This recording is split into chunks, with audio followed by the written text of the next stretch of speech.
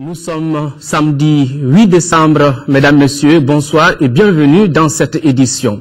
Je vous le disais dans les titres, la commissaire de l'Union européenne chargée de la coopération internationale, de l'aide humanitaire et de la réaction aux crises est en visite dans notre pays. Kristalina Georgieva a été reçue en audience par le président de la République par intérim et le Premier ministre. Elle est venue exprimer la solidarité de l'UE avec le peuple malien. Son institution a déjà fourni plus de 12 milliards de francs CFA pour soutenir les victimes de la crise du Nord que connaît notre pays. Ibrahim Traoré.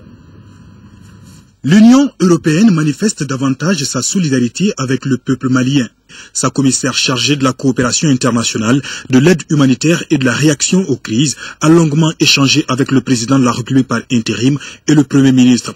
Les entrevues ont essentiellement porté sur l'évolution de la situation humanitaire dans le pays. Kristalina Georgieva est venue s'informer auprès des autorités maliennes des meilleures stratégies à adopter pour venir en aide efficacement aux populations affectées directement par la crise au nord du Mali. L'UE a déjà fourni plus de 12 milliards 400 millions de francs CFA.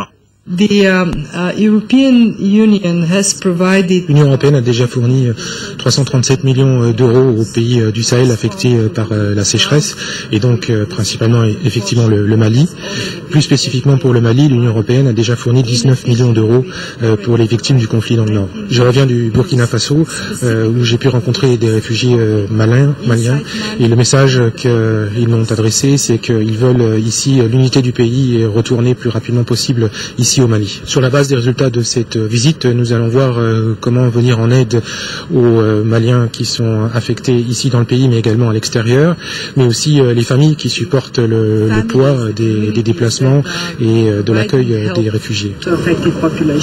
Le Mali et l'Union européenne entendent intensifier leur coopération. C'est dans ce cadre que le président de la République par intérim est attendu le 18 décembre prochain à Bruxelles pour une visite de travail, une visite qui portera essentiellement sur l'évolution de la situation au Mali.